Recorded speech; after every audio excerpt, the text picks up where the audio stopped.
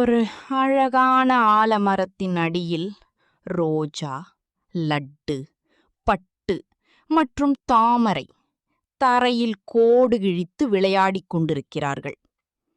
அப்போது விலை உயர்ந்த பட்டு ஆடையும் வைர நகைகளும் அணிந்து கொண்டு ருக்கு என்ற பணக்கார பறவை கர்வத்தோடு அங்கே வந்து இறங்குகிறது.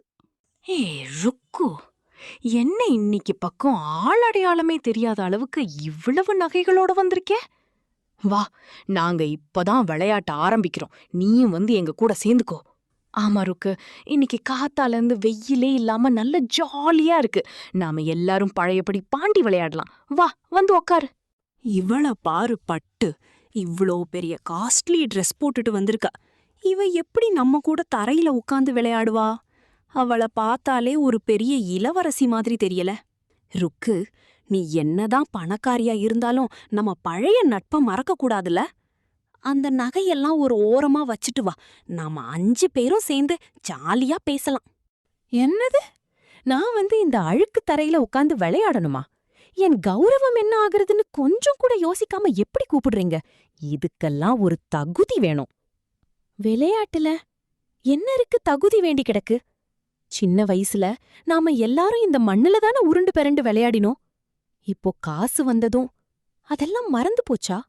இங்க பாரு ருக்கு, நீ பெரிய பணக்காரியா இருக்கலாம், ஆனா எங்களை ஏழைங்கன்னு சொல்லி இவ்வளவு மட்டமா பேசுறது எங்களுக்கு ரொம்ப வருத்தமா இருக்கு. ஆமா ருக்கு, பணங்கிறது இன்னைக்கு இருக்கும், நாளைக்கு போகும். ஆனா நாங்க உன் கூட காட்டுற இந்த உண்மையான அன்ப நீ எவ்வளவு கோடி கொடுத்தாலும் வாங்க முடியாது. ருக்கு அங்கிருந்து கர்வத்தோடு சிறகடித்து பறந்து போகிறாள். அவமானப்பட்ட நண்பர்கள் நால்வரும் கண்கள் கலங்கி நின்று கொண்டிருக்கிறார்கள். ருக்கு போன பிறகு அந்த இடமே நிசப்தமாக இருக்கிறது. லட்டு தேம்பி தேம்பி அழத் தொடங்குகிறாள். ஆனால் ரோஜா அவளுக்கு ஆறுதல் கூறி ஒரு புதிய உத்வேகத்தை கொடுக்கிறாள். லட்டு, நீ எதுக்காகவும் அழாதடி. ருக்கு நம்மள அவமானப்படுத்திட்டான்னு கவலைப்படாத. நாம யாருன்னு அவளுக்கு நிரூபிச்சு காட்டணும்.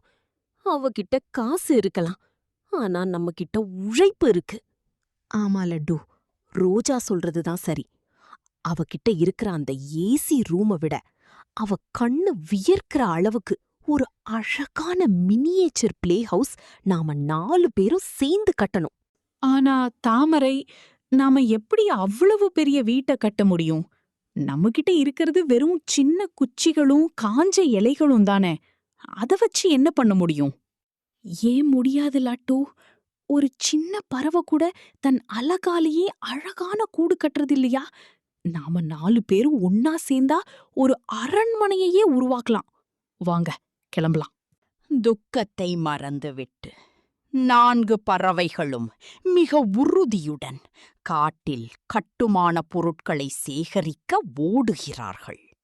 அடுத்த சில நாட்கள் அந்த ஆலமரமே பிஸியாக இருக்கிறது. ஒவ்வொரு பறவையும் ஒரு பொறுப்பை ஏற்றுக்கொண்டு ஓயாமல் வேலை செய்து அந்த மினியேச்சர் வீட்டை உருவாக்குகிறார்கள். நான் காட்டுல இருக்கிற ஸ்ட்ராங்கான மூங்கில் குச்சிகளை எடுத்துட்டு வந்து அஸ்திவாரம் போட்டுட்டேன். இப்போ கூரை வேயறதுக்கு நல்ல காஞ்ச தென்னை ஓலைகளை தேடிக்கிட்டு இருக்கேன். இதோ நான் ஆத்துல இருந்து எடுத்துட்டு வந்த அழகான வெள்ளை நிற கூழாங்கற்களை தரை முழுக்க அடுக்கிட்டேன்.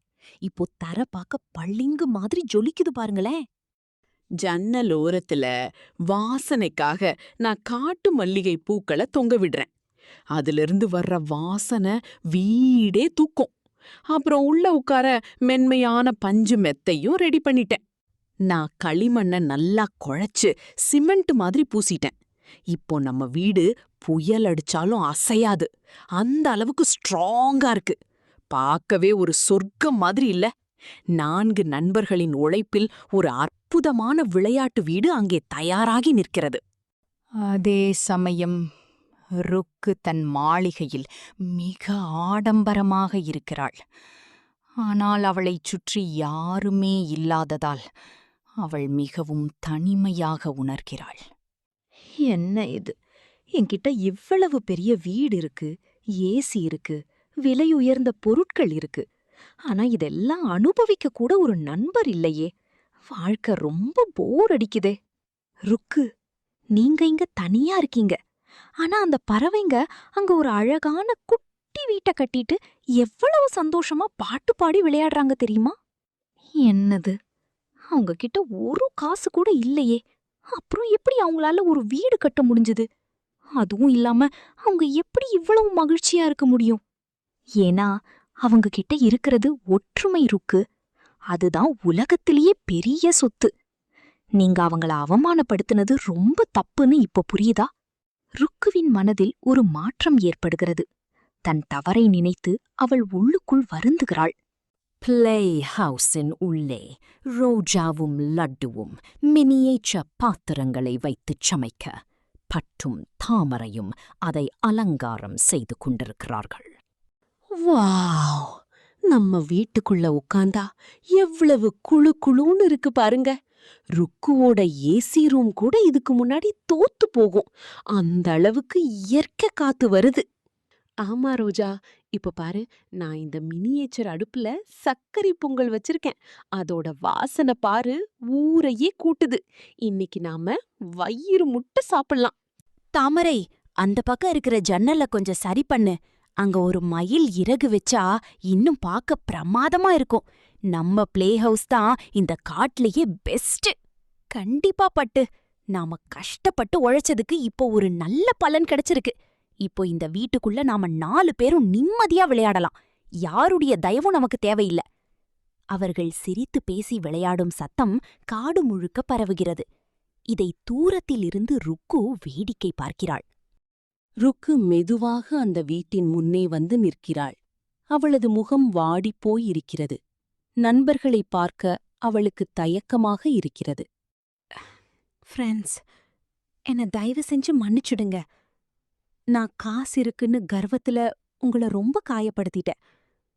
ஆனா நிஜமான சந்தோஷம் அன்பில தான் இருக்குன்னு இப்ப புரிஞ்சுக்கிட்டேன். ருக்கு, நீயாவே உன் தப்பை உணர்ந்து இங்க வந்தது எங்களுக்கு ரொம்ப சந்தோஷம். நாங்க என்னைக்குமே உன் மேல கோபமா இல்ல. ஆனா பணம் மட்டும்தான் வாழ்க்கைன்னு நீ நினைச்சதுதான் தப்பு. ஆமா ருக்கு, இந்த விளையாட்டு வீடு நாங்க ஒற்றுமையால கட்டுனது. இதுக்குள்ள வரணும்னா நீ உன் கர்வத்தை கதவுக்கு வெளியேயே விட்டுட்டு வரணும். உன்னால முடியுமா?